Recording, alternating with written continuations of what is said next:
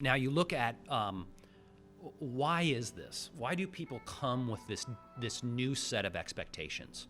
Well, even before the pandemic, we had 1/20th of the human interaction that we did 20 years earlier. So you think about that. So if I have that little human interaction compared to just 2 decades earlier, and you think, really? Yep. But then if you take Amazon, now add ATMs, pay at the pump gas, grocery self-checkout, smartphones. You have all these things that have led to digital engagement when I used to have a human engagement. Right. So when I do have human engagement now, when someone comes to my business, I might be the only meaningful human interaction that they have all day. And so more than just bringing an expectation of whatever the good and service is you're offering that they're purchasing, they have a new desire, and that's to engage. And the businesses that can meet that are able to be successful beyond the others that are just offering goods and services. So true. So true. So like we recently worked with a bank. And let's take, this bank had grown to 13 locations, and they recognized that their service was inconsistent between the different branches. Okay. Some places it was pretty good, others it wasn't so good. And as a bank, you can't really stand out that much on the products. I mean, you're generally selling the same products as the next bank and the next bank and the next. It's pretty standard, straight across. That's right. And so how do you connect? And that's through human engagement. It is. And so as they went through the development with us, they learned some just really simple little things that improved that customer engagement. Things like as small as walking out from behind the counter, standing and smiling when someone comes to you. If there's a line, it's acknowledging them before, even though they're third in line, you're acknowledging that they got in.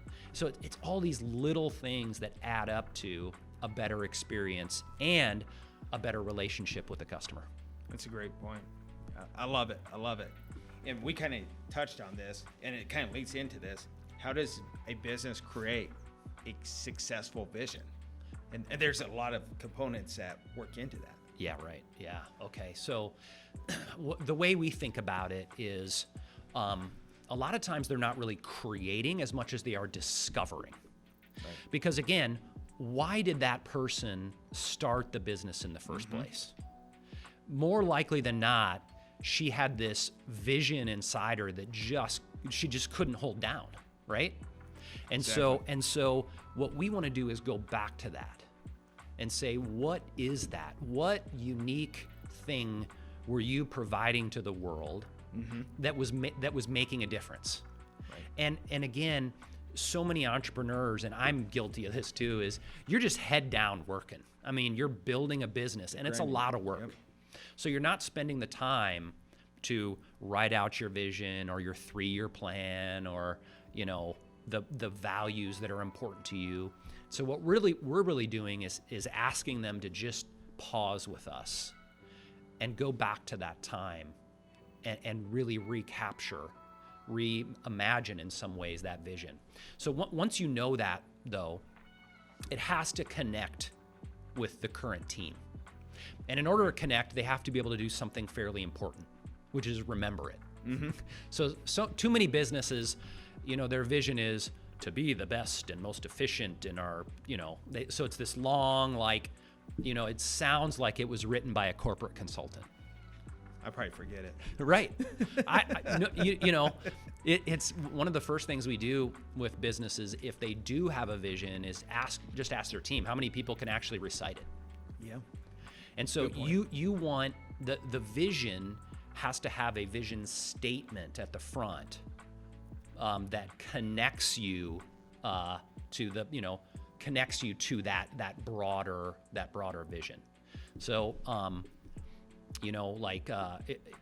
having that, what really connects and gets people excited. But like I said, first they have to be able to remember it. Exactly.